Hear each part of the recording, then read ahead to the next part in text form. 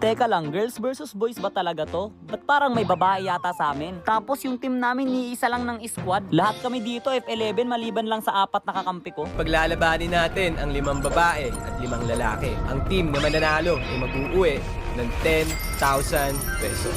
Yun yun! Amin yan, kalalaki yan. Sasabi ko lang galingan nyo kasi yun nung pinagbibigyan kami. Basic, creation camp lang malakas yung mga yan. Hindi ako creation camp. Ako di yan makakaisa. Sa app pa lang, panalo na kami.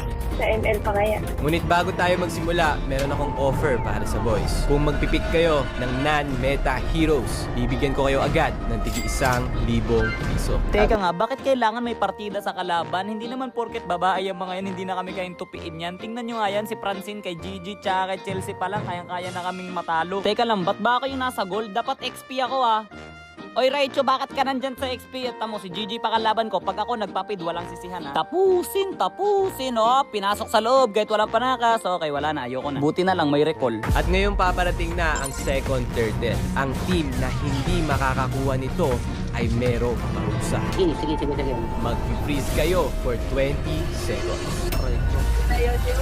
Aray ko, bigla naman nagpa-challenge ng ganon. Nasa gold lane ako, hirap na hirap ako pumunta dito sa taas para lang makasama sa turtle fight. Tapos nagkakagulo na ang buong bansa. Si Nikay, iwanan ko na kasi malambot lang naman yung kailangan kong unahin. Pero wala talaga ako mahuli. Opak, huli ka balbon. Washing, watcha. Sabay alis na parang watcha. Sabay alis na parang nating happen. O tara, turtle tayo. Ay hala, wala pala kaming ko. At dahil boys, ang bigong makakuha nito, di sila maaaring gumalaw for 20 seconds. Push na to hanggang anong base. Huwag kasi! Patayin niya na. Lolo, minama tayo dito. Alam niya bang hindi niya ako kailangan patayin? Namatay. Lolo, maawa naman kayo. Pre, hindi ito yung first time na hindi ako nakagalaw. Kung kailan naman pwede nang kumilos, patay pa rin naman ako. Wala din anong gagawin. Eto pre, nagkakagulo ang buong bansa. Papakitaan ko kayo ng pangmalupitang third petrify. Huli kayong lahat sa akin, Asar! Nasar ko na yung mga bird, Asar na yan. Asar talo yung mga yan sa akin, Ano ba to? May purify ba to? Parang gusto ko bumawi kasi lagi niya ako kinakawawa sa gold, Ano? Teka lang, buhay pa yun? Akala ko buhay pa rin, Tapos nung late game na pre, lagi ko nang inuuna si Chelsea kasi ang sakit-sakit niya masyado. Dapat hindi siya hinahayaan mambato ng donut. Kaya yan, diba? Pinipitas ko siya ng ganyan. Tapos bigla siya nag-ano. Tapos grabe bumili siya ng immortality.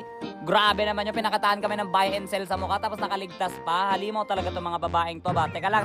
Kalmahin nyo lang. Uy, kalma lang.